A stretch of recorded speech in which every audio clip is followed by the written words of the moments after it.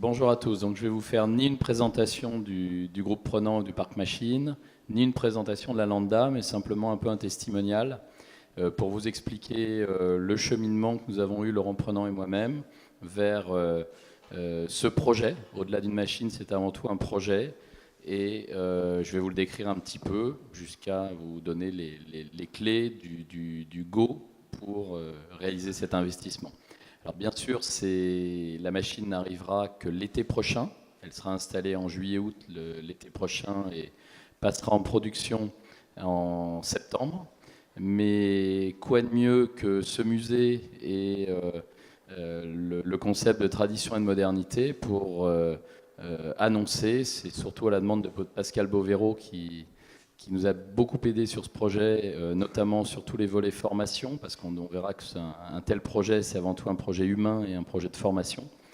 Donc on était très, très heureux de confirmer cet investissement dans ce musée et lors du congrès de l'UNIC.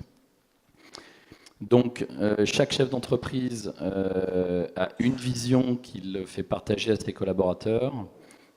Si vous regardez les plaquettes du groupe Prenant, depuis 6 ans, on a construit une vision avec Laurent qui a dû s'absenter, donc là qui était là dans la journée mais qui a dû partir. Cette vision, c'est de dire tout le monde peut faire des prix bas dans un contexte d'absence de stratégie d'entreprise. Moins nombreux sont ceux qui risquent l'innovation et l'investissement. Donc sur l'investissement, on a un peu tous fait l'investissement matériel lourd. On a, pour beaucoup d'entre nous, fait aussi l'investissement à travers de la croissance externe plutôt que de la croissance interne. Sur l'innovation, on n'avait pas tant d'innovation que ça ces 15 dernières années. On avait des améliorations dans tous les domaines, au niveau des commandes, au niveau des systèmes de contrôle, au niveau des vitesses. Et moi, je suis petit-fils de papetier et j'avoue que depuis l'offset, et toutes les améliorations qu'il y avait eu, on ne peut pas dire qu'on a eu vraiment une révolution telle qu'on l'a eu entre la typo et l'offset. Aujourd'hui, on peut se tromper, mais je pense que le passage de l'offset à la nanographie est quasiment aussi important que le passage de la typo à l'offset, où l'évolution et la cohabitation sera la même que l'Helio cohabite avec l'offset. Demain, Lambda cohabitera bien évidemment avec l'offset. Le groupe Prenant a 55 ans d'existence, donc est attaché aux procédés traditionnels, est attaché à ses machines feuilles, est attaché à ses rotatives, attaché à sa finition.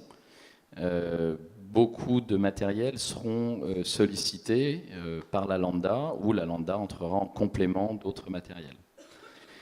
Ce que nous essayons de faire à travers ce projet, c'est surtout de faire de l'innovation en fait, un moteur de la transformation complète de l'entreprise. C'est là où je rejoint le thème du jour de l'industrie 4.0, de l'intelligence en action.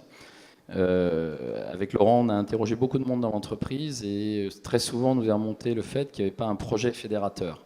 Et le projet Lambda est un projet fédérateur puisqu'il nous permet de travailler avec nos fournisseurs, nos clients et les collaborateurs du groupe. On travaille avec plusieurs de nos fournisseurs qui sont investis dans ce projet, sont dans la salle, que ce soit Masterprint, avec qui on a fait toute l'étude financière de la Lambda avec le concours de Masterprint. C'est-à-dire que quand demain d'autres imprimeurs achèteront des Lambda, la Lambda sera paramétrée dans Masterprint. On travaille avec Blue West pour tout ce qui est automatisation, switch and focus, et essayer d'automatiser ce qu'on dit plusieurs, les tâches répétitives, les tâches dédiées aux dossiers récurrents et autres. Et sur la formation, de la même manière, on travaille donc avec AGFO, c'est l'UNIC. L'objectif, c'est aussi que ce projet soit déclinable, soit reproductible. C'est une volonté que nous avons avec Laurent, c'est de faire un projet novateur et qui puisse être partagé au niveau de la filière, au niveau de la profession.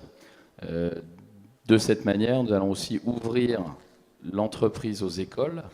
Le rêve serait que, comme dans les travaux publics, comme dans la restauration, finalement, que des classes entières puissent un jour être installées pour une année dans une imprimerie, que ce soit à Malesherbes, à Vitry, à Laval ou dans d'autres villes. Aujourd'hui, faire travailler les jeunes sur des machines réelles et de taille à taille réelle, j'allais dire. Aujourd'hui, je ne pense plus qu'on apprend l'offset sur une GTO. On apprend l'offset en travaillant dans un atelier où cohabitent les derniers cris de Manroland, de KBA, d'Heidelberg ou de Komori. Voilà, donc c'est un projet ambitieux. On va vous en parler un peu tout au long de l'année jusqu'au démarrage de cette machine. On a décidé avec Laurent également d'ouvrir un showroom en partenariat donc avec Landa sur le site Feuille de Choisy-le-Roi, c'est-à-dire l'ancien site de l'Imprimerie nationale. Ce site s'appelle Diamant Graphique désormais, a rassemblé plusieurs entreprises issues de croissance externe avec des sociétés d'impression feuille. Donc la Landa sera installée au milieu de machines offset feuille, aura du façonnage commun et complémentaire, et ce showroom sera totalement ouvert à la profession, ouvert aux clients et ouvert également aux écoles. Donc d'ici la fin de l'année, sur une surface beaucoup plus modeste, mais sur environ 200 mètres carrés, nous aurons un vrai showroom Landa. Ça nous permettra d'exposer aussi tout ce que Marc, puisque c'est une aventure humaine surtout aussi entre Landa et Prenant. Marc nous a fait découvrir beaucoup de choses dans le laboratoire en Israël qui a conduit à la configuration de cette machine. J'ai demandé à Benny Landa et Jean-Baptiste également de pouvoir disposer de pas mal de tests, de pas mal de slides, de pas mal de tests de résistance à la lumière, de tests rendus d'impression sur tout type de support, de disposer en fait de ces éléments dans ce showroom parisien, de la même manière que c'est exposé en fait en Israël quand Landa reçoit ses visiteurs. Ça sera plus pratique aussi pour la profession de ne pas avoir forcément à aller jusqu'en Israël pour voir un peu tous ces tests. Voilà. On croit bien sûr en l'avenir du papier, puisque avec de l'ennoblissement, avec de la personnalisation ou avec de la connexion, ce média a vraiment un avenir. Et d'ailleurs, sur la connexion, Laurent Prenant avait engagé également la démarche collaborative. Certains d'entre vous donc, partagent SnapPress. Bon, SnapPress, aller du papier au digital, comme on va du digital au papier, c'était pas non plus un projet qui était fermé, réservé à un imprimeur avec ses clients. Aujourd'hui, près de 80 imprimeurs en France commercialisent ou ont utilisé SnapPress, issu d'un actionnariat, revue fiduciaire et groupe Prenant. Donc on est vraiment entré dans une autre ère beaucoup plus collaborative, y compris au sein, je pense, de la filière. Les raisons du choix de la Landa, Jean-Baptiste les a évoquées rapidement, mais c'est vrai qu'on avait une petite checklist en se disant ça a beau être la Tesla de l'imprimerie, ils ont beau être partis d'une feuille blanche, il faut quand même que ça remplisse certains critères. Et les critères donc, que l'on s'était fixés, et à chaque fois Marc et Jean-Baptiste revenaient en disant ce critère est atteint ou n'est pas atteint, ou est disponible ou non disponible. Je vais citer juste le dernier, puisque Marc a découvert en fait qu'il était sur la machine alors qu'il pensait qu'on n'allait pas signer de ce fait. C'était simplement le non-stop. C'est vrai que pour des offsetistes, disposer d'un non-stop en entrée comme en sortie d'une machine 70-100, ça paraît une évidence en 2018. Et on s'est dit, là, Landa est coincé. Ils n'ont pas dû penser au non-stop, puisqu'en numérique, vu les vitesses, vu les cadences, on ne pense pas forcément à de la productivité à ce point, en pouvant changer une palette en entrée, en sortie, sans arrêter la machine qui tourne aux alentours de 6005 aujourd'hui, et comme Marc le mentionnait, à 13 000 demain. Et bien, en fait, 2 jours après, il m'a rappelé en me disant, mais en regardant finalement sur toutes les Landa, et dès le début, elles auront toutes le non-stop, qui est simplement le non-stop issu de Komori, puisque les bâtis de la Landa sont des bâtis Komori. Donc, le non-stop, c'était réglé. La qualité, donc nous avons fait un choix un peu plus ambitieux qui nous pousse à n'avoir la machine que l'été prochain. C'est le choix du 7 couleurs. On aurait pu avoir, dès le mois de février-mars, une machine en 4 couleurs. Mais l'idée était la Landa ne montera que jusqu'à un certain tirage. Nous, on l'a estimé aux alentours d'environ 6000 feuilles 70-100. Donc nos rotatifs 16 pages ont encore de beaux jours dans ces formats. Mais on a voulu tout de suite avoir une démarcation qualitative. Et le 7 couleurs, en gros, de la quadrille, plus un violet, un orange et un vert, nous permet de reproduire 96% des couleurs disponibles. On n'aura pas les fluos, on n'aura pas les métalliques, mais globalement, toutes les autres, des tests que j'ai pu faire en Israël, on a été vraiment bluffés. Donc la qualité, c'était fait, la vitesse, je vous en ai parlé, le format, c'était fait, la retiration, pareil, on a préféré retarder un petit peu l'arrivée de la machine, mais on disposera, d'après ce que Marc vient de me dire, de la première machine au monde qui sera 7 couleurs recto-verso. Le fait que la machine tourne en 7 couleurs ou en 4 couleurs, de toute façon, elle consomme un nombre de millilitres ou un nombre de litres d'encre. Ça ne changera pas le coût à la feuille, simplement ni la vitesse ni le coût, puisque la vitesse est constante, mais l'encre distribuée à travers une séparation 7 couleurs plutôt qu'une séparation 4 couleurs permet des rendus vraiment époustouflants. Et j'ai essayé de les piéger aussi en Israël en venant avec le journal de la Fondation Vuitton. Les épreuves, des mêmes fichiers, nous avions réalisé sur Choisy un tirage en offset conventionnel, un tirage en LED UV et tirage Epson de contrôle. Et effectivement, quand je suis retourné à la Fondation Vuitton avec les éléments et en regardant les œuvres, c'est-à-dire en sortant un peu du cadre de l'épreuve Epson et du 12647, mais en se rapprochant de la réalité, parce que qu'est-ce que souhaite un client, c'est surtout restituer par rapport à la réalité, plutôt que de se mettre forcément sur une épreuve calibrée. Et les résultats étaient bluffants, donc tout ça sera au showroom prochainement. Voilà, sur le papier, ça a été aussi une surprise. On ne s'y attendait pas au début. De pouvoir utiliser tout type de papier. Donc nous on travaille par exemple avec Arctic ou avec Sapi sur les Magno, sur les Munken. Les essais qu'on a fait avec les mêmes papiers nous ont montré à quel point la perception le résultat du papier était bluffant.